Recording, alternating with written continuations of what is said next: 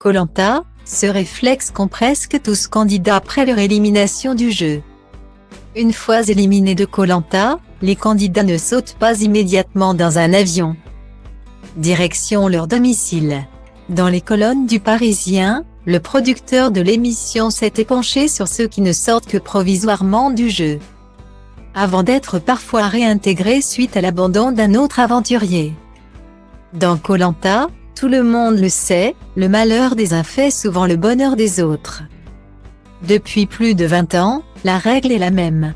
Si un candidat se blesse et se trouve donc contraint d'abandonner l'aventure, c'est le dernier aventurier éliminé qui bénéficie du privilège de réintégrer le jeu. Cette année, dans Koh Lanta, le feu sacré, Martin, qui s'est blessé à la cheville lors d'une épreuve de confort, avait été contraint à l'abandon, lui qui n'avait pas pu retenir ses larmes lorsque Denis Brognard lui a annoncé qu'il ne pourrait pas poursuivre l'aventure. Grâce au départ de Martin, c'est Rudy, le dernier éliminé du jeu, qui avait pu rejoindre ses nouveaux coéquipiers de l'équipe jaune. Dans les colonnes de Voici FR, le conducteur de métro avait révélé ce qu'avait été son quotidien pendant son bref départ du jeu. « J'ai quitté le jeu pendant 2 jours. Je ne faisais rien de particulier, j'attendais simplement mon départ. Ou éventuellement le prochain éliminé. Je serais incapable de vous dire où j'étais car nous n'avons aucun repère quand nous quittons le jeu.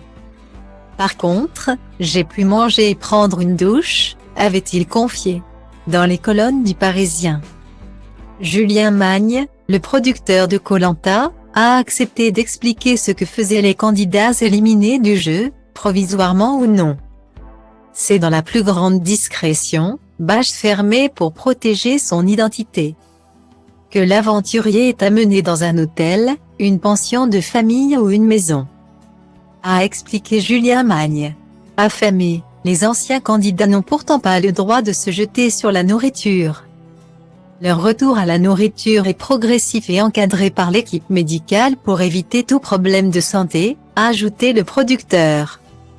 Plus surprenant encore, Julien Magne a avoué que de nombreux candidats avaient la même initiative lorsqu'il était éliminé, et qu'ils attendaient patiemment dans leur chambre de réintégrer, ou non, l'aventure.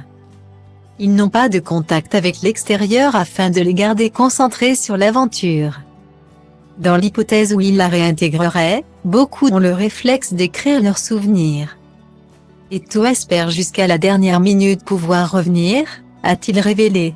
Une aventure gravée dans leur mémoire et dans leurs notes.